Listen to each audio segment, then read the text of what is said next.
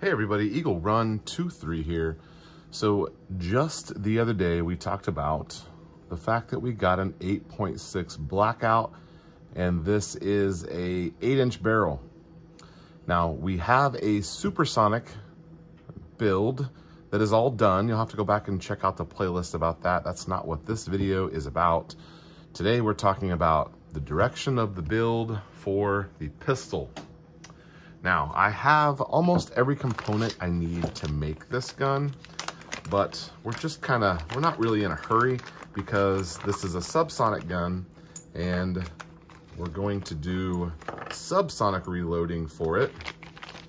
But one thing that I do not have is a handguard. So I'm wondering if I can kind of mock up my setup here and help me make a decision on how long of a handguard we should go. Well, that doesn't seem right. Does that look right? Seems like it should go on a lot further.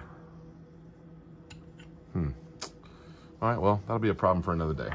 Now, if we don't want to do the quick disconnect and mount that to our suppressor, we do have the option of going direct thread.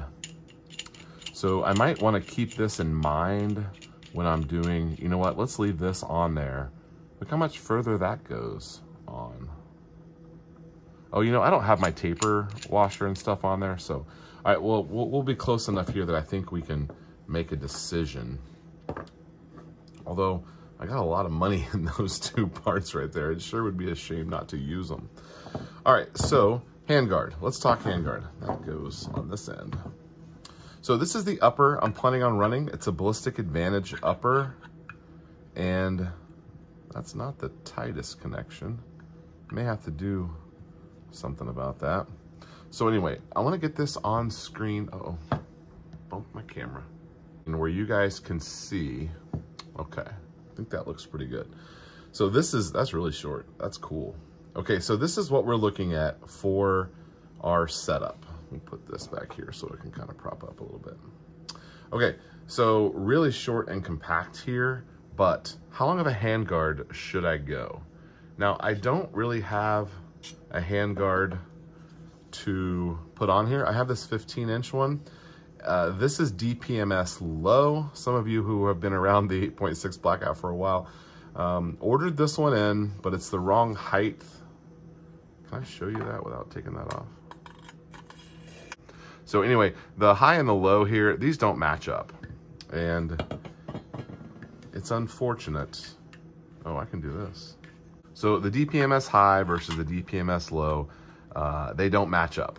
And it's just a small, annoying amount of difference. There's not much difference. I don't know how we got to this. AR-15 has so much standardization.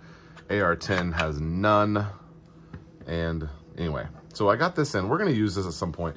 I really like this. It's made in the USA. It's a GunTech brand, which is not a premium brand, but this thing is nothing. It weighs nothing. It's completely milled out. I mean, it's the lightest handguard I've ever felt, and it's 15 inches. So let's see if we can get an idea about how far out here we want our handguard to go. And I'm gonna have to move this because you guys can't see. Maybe like this will help you see better. If I wanna go just to there, do I want something about like that? I think I do. Now, there's almost no way to tuck the suppressor that I have. The inside diameter of all of these is smaller than my suppressor. Now, there is one manufacturer, I believe Troy Industries makes one that would tuck, but I don't like the look of the handguard at all. It's very basic. It's got slots. It's almost like it's the same reason I don't like the Aero Precision one. It's just a little too plain. I don't know. I don't think it would look good, but I mean, it's a cool gun, so I don't know that it matters, but I don't know. I'm trying to do interesting things here, and we're gonna need to be, what does that measure out? Do I have a way to measure that? So in the interest of wanting to do something unique for, oh my goodness, it's pretty much got to be 7 inches, guys. So in the interest of wanting to do something unique for YouTube, and because I've built a ton of plain guns over the years, my taste is getting a little bit more specific and high-end. In the interest of doing unique things for YouTube and chasing after what my interests have kind of turned into a little bit here, I came across a company called JL Billet. I think it's JL Billet. They have a beautiful 10.7 inch rail. And that would probably be perfect for a 12 inch. Holy cow, guys. Do we need 3 of these 8.6 Blackouts? Jeez Louise. Should I have ordered a 12 inch? I thought I wanted an 8 inch. That handguard makes me, a handguard is so cool, it makes me want to order a 12 inch barrel. Phooey.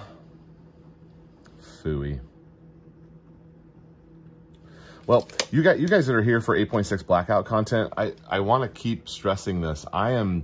I have had 2 conversations in the last 2 weeks with some really high level people in this, and this caliber is for real. People are excited about it. Manufacturers are chasing the demand, and we're going to have some really cool things coming out for us. Stuff I can't talk about yet, but I'm just excited to be a part of. Man, make sure you stay tuned. I might have to end up getting like an email list or something just so that we can share information if for some reason we're not able to do that on YouTube. I pretty much only have access to you guys via YouTube. If you want to jump over on Rumble, that's a possibility. They are doing some pretty cool things over on Rumble, but for right now, it's pretty much just YouTube. But it pretty much has to be a 7 inch. That's pretty much the only option.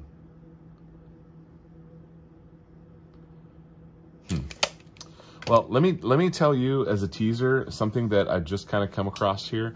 I think you guys have probably seen the company called Unita Precision. They make bolt action upper receivers for AR platforms, and they're really cool because it uses your lower that you already have, but it adds a bolt action upper. They do have unique barrels because of the way that they interface with the upper. It's not a standard AR-15 receiver extension. The barrels are the same technically, but the extension is different. So you can't just grab a Ballistic Advantage, Aero Precision, whatever brand. You can't put those on there. You gotta have special ones. But other than that, everything else is AR-15, AR-10, and they have. I'm working with those guys. Hopefully, they're going to be able to release an 8.6 Blackout. We're looking at 10-inch barrels and 12-inch barrels for those. But they kind of already come with a handguard, so it's not really a chance for us to do anything unique. I don't know. Looks like we're going to have to track down a 7-inch DPMS high AR-10 handguard. So I guess if you have any different thoughts on that, let me know in the comments down below. I'm not ordering anything yet. This is a down the road build. We're hoping to get our suppressor out of jail in maybe January, February. So we're not really in a rush to finish any of this stuff, but I did already get some things in. So we are ready when the ATF is ready, we are ready. Okay, well, that's going to do it for today, guys. 8.6 Blackout. I'm working on reloading stuff here right behind me. We're working on making brass.